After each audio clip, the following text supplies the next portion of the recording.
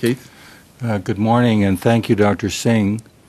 Many of you don't know who either of us are. I'm going to say a few words about my colleague to the left because he won't tell you as much about him as you really should know. Dr. Singh is a distinguished neurologist in Guelph, pioneer neurologist in Guelph. That's not all he does. Besides being a wonderful neurologist, he's very active in the community there. He's involved in the Epilepsy Association there. He's a Rotarian, a senior Rotarian. Any of you who know what Rotary Club does knows that the Rotary Club International has been a principal mover and shaker in eradicating polio around the world. So Dr. Singh isn't just a neurologist, not only a neurologist, he's an outstanding citizen of his community. And if he comes before the people of Ontario should really be paying attention. I work in Toronto and I work in Northern Ontario. I work in Timmins, Kapuskasing, Kirkland Lake, and Cochrane face-to-face. I've been doing this for 35 years. I worked with the Easter Seal Association and traveling clinics seeing children with disabilities across the province. I can tell you that the situation in underserviced and rural communities with respect to neurology approaches a catastrophe.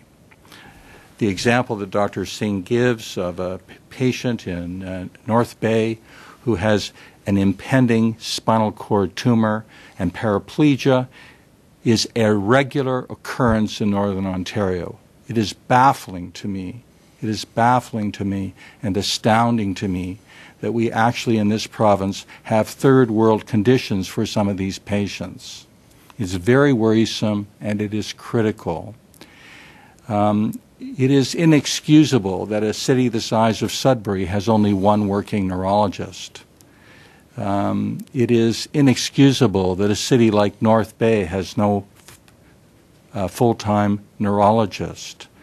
And the situation can be recapitulated over and over and over again in this province. There are many communities and areas, populations 50,000 plus in this province, where there are no neurologists. I see children as well as adults. To get a child to be seen with a suspicious diagnosis of autism can take 12 months. 12 months in the life of a child with autism is an eternity. The diagnosis should be established within 2 to 4 weeks, and those children should be treated immediately.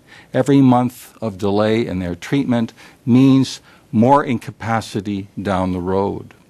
So these aren't trivial issues that we are bringing before the media and before the public. These are essential issues, and the government has failed to respond. We're aging. I'm a senior citizen. I'm collecting my Canada pension plan. I have a senior car ticket, which I couldn't use this weekend because of a strike. The transit workers got 3% raise for 3 consecutive years. Neurologists haven't had a cost of living increase in decades. In decades. This is an appalling situation. So, for example, our fee discrepancy between Ontario and British Columbia and Alberta is of the order of $40. I don't know about you folks, but I think that's why someone who has a choice when they graduate from the neurology training program, if they have to choose to go to Red Deer, Alberta or North Bay, Ontario, they're going to go to Red Deer, Alberta, because they are going to make 30% more per consultation than we do here.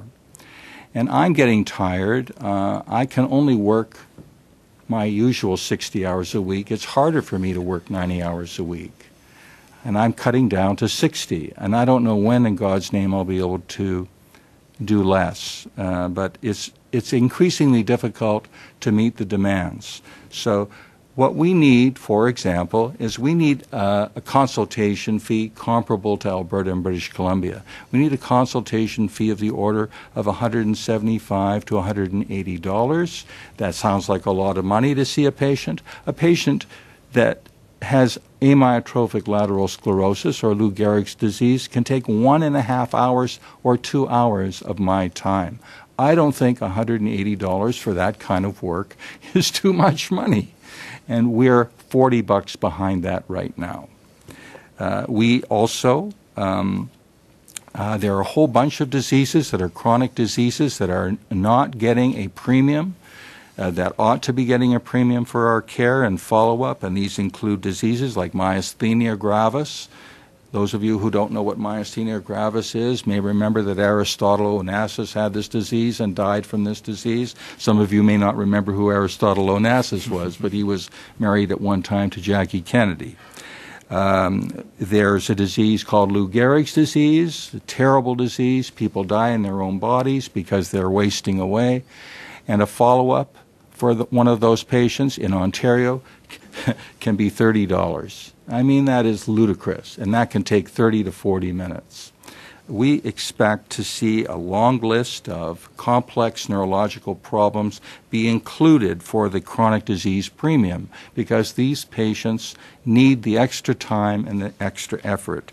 These are diseases, as I said, like amyotrophic lateral sclerosis, like Guillain-Barré syndrome, like chronic movement disorders, very severe movement disorders, like dystonia, like progressive supranuclear palsy, like severe tremor.